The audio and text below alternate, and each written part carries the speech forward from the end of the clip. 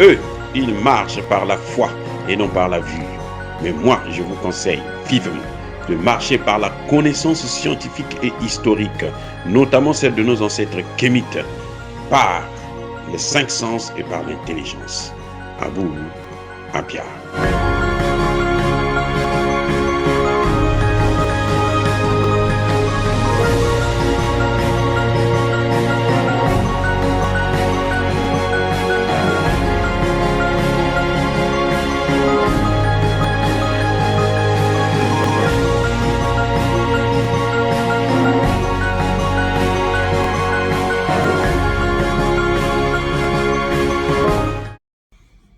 Otep à tous, bienvenue sur la chaîne des panafricanistes par essence, par conviction et par excellence, celle des citoyens kémites par nécessité et obligation de combat.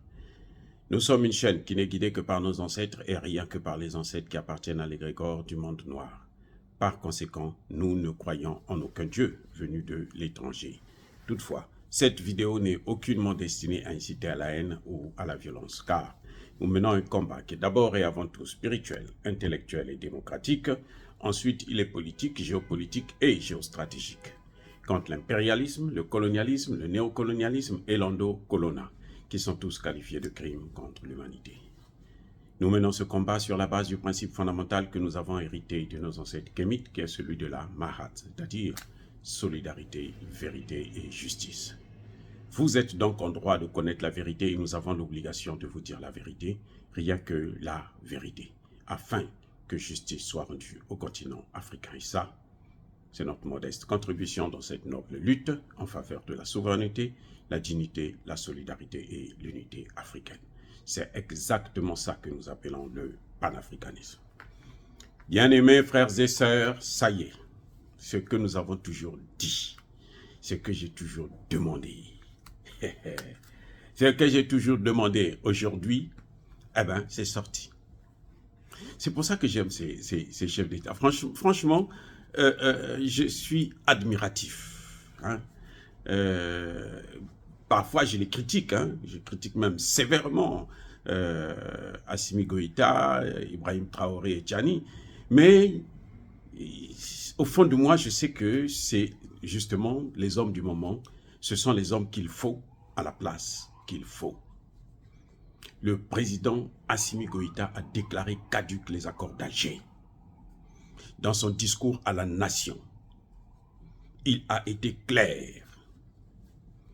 Nous allons désormais privilégier, oui, nous approprier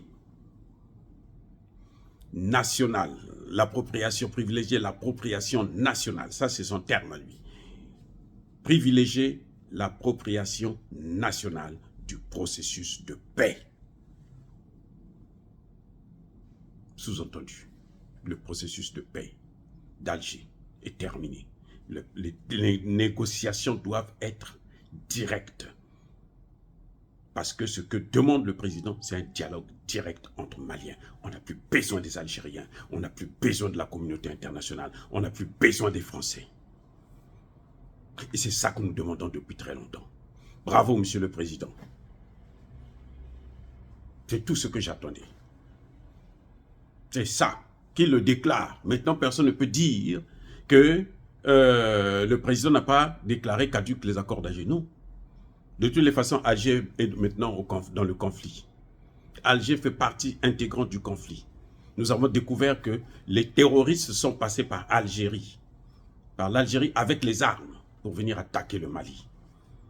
Donc Alger n'a plus droit de cité. Et ça, c'est formidable. Nous avons un pays qui est en train de reconquérir tout son territoire. L'essentiel du territoire malien est sous contrôle. Même s'il y a encore quelques terroristes ici et là qui essaient de danser et tout, s'agiter un peu, mais ils ne font plus des dégâts comme ils faisaient avant. Où on égorgeait, vous vous souvenez, dans le nord du Mali, 153 à Aguelog, plus précisément, 153 militaires maliens. On les a égorgés. Je dis bien égorgés. alors qu'ils avaient déposé les armes. On ne leur a pas donné une chance de vie. Et tout ça, c'est la faute de la France, de l'Algérie. C'est leur faute. C'est la faute de l'OTAN, des États-Unis d'Amérique. Parce que ce sont eux qui ont amené les terroristes au Mali. Il fallait traumatiser les militaires maliens.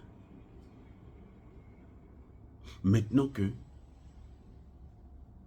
les FAMA reprennent leur force, ils reprennent le contrôle de l'État, l'Algérie vient s'interposer. Nous voulons reprendre le dialogue.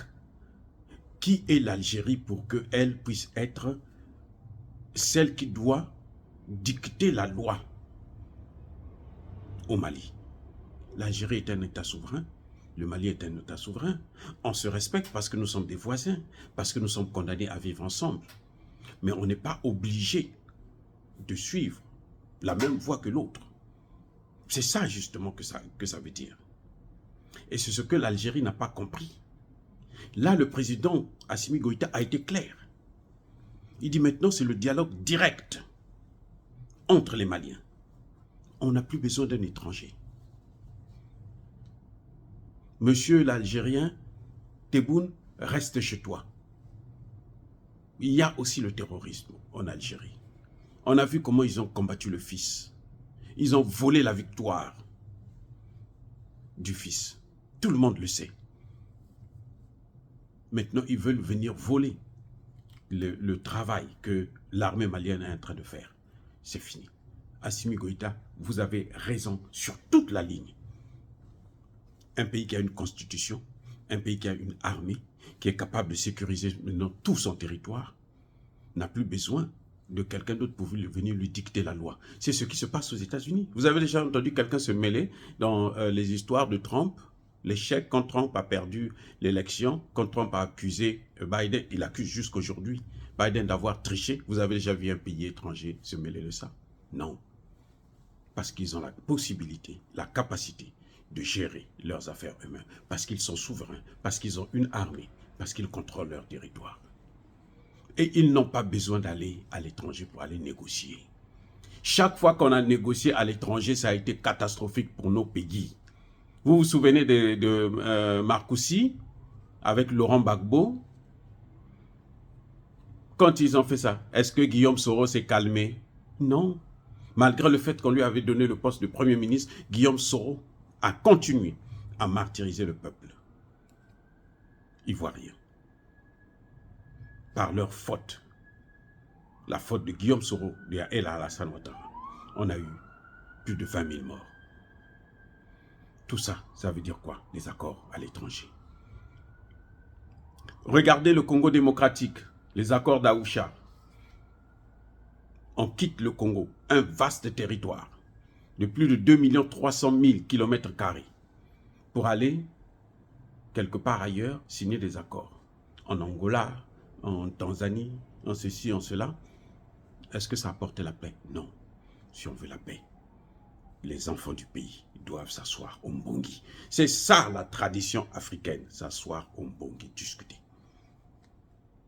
L'imam Diko ne serait pas manipulé s'il n'y avait pas les accords d'Alger.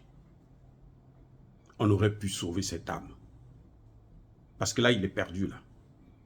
Il est perdu. Je ne parle pas de la religion, je parle sur le plan politique. Il est perdu.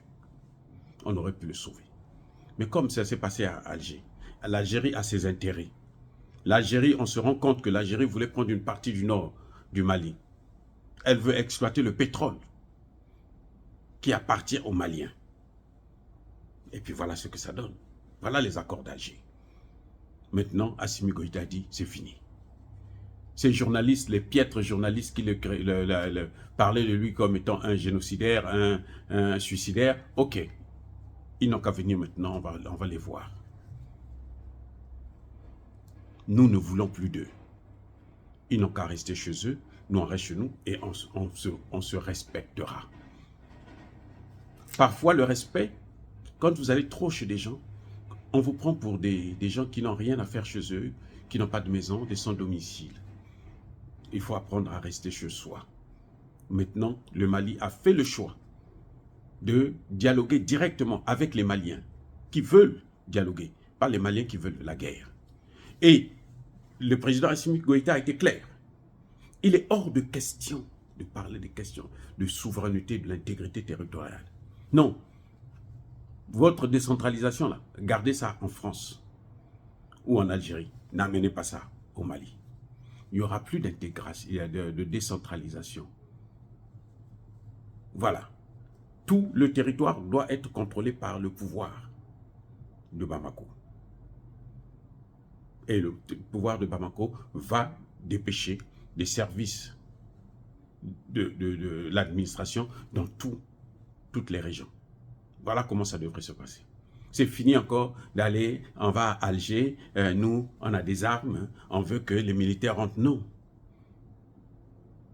Les militaires, les terroristes, ils n'ont qu'à déposer leurs armes et se plier. Ceux qui ont tué, ils doivent être jugés. Des gens comme Yaga à Gali, là, ils doivent être jugés tôt ou tard. On ne peut pas les prendre pour les dire, bon, maintenant viens dans l'armée, viens, on te donne un poste, tu vas rester. Non, c'est fini. Ils doivent être jugés. Ils doivent faire face, répondre de leurs actes devant la justice malienne. Pas une justice étrangère, la justice malienne. Dire cela, c'est inciter à la haine ou à la violence. Non, il n'y a pas colère, il y a Malem. Encore une fois de plus, bien-aimés frères et sœurs, je persiste et je signe. Soyez bénis, soyez abondamment bénis par le Dieu des Kémites et par nos ancêtres angélisés. Mais que tous ceux qui persécutent le continent africain le pillent et le déstabilisent, qu'ils soient noirs, blancs, chinois, arabes, juifs, indiens, qui qu'ils soient punis, maudits, foudroyés, neutralisés, écrasés, effacés par le Dieu des Kémites et par nos ancêtres angélisés. Vive l'Afrique éternelle, j'ai dit et j'assume.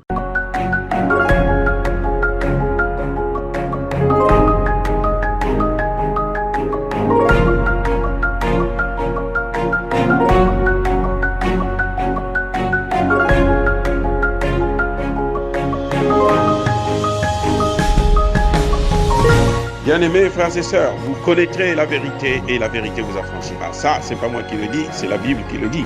Mais moi, je vous dis mieux. Vous connaîtrez la vérité historique, notamment celle de vos ancêtres kémites, et vous aurez une vision globale de ce que c'est que la vraie souveraineté politique. J'ajoute, vous reviendrez à la spiritualité africaine ancestrale et vous comprendrez les enjeux de l'indépendance économique. Et pour terminer, vous accepterez votre identité culturelle kémite et vous obtiendrez deux choses. La première, c'est la paix. La seconde, c'est le développement, à une condition. L'unité de toute l'Afrique noire, l'unité de tous les Noirs du monde entier.